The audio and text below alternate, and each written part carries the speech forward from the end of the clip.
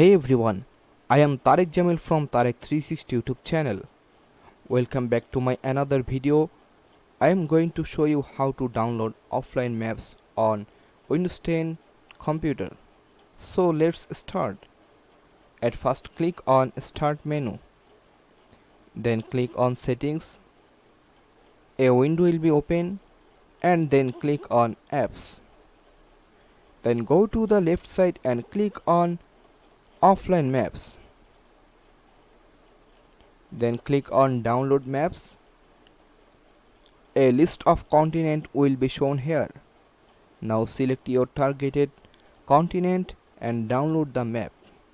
So I am selecting the North and Central America and select USA from here.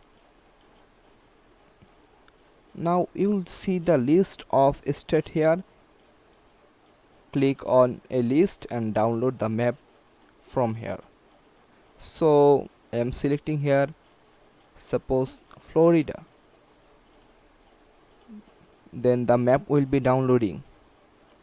After completing downloading, you can access the offline maps from your PC.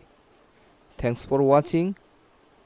Don't forget to like, comment and share my video, and don't forget to subscribe my channel. Thanks again.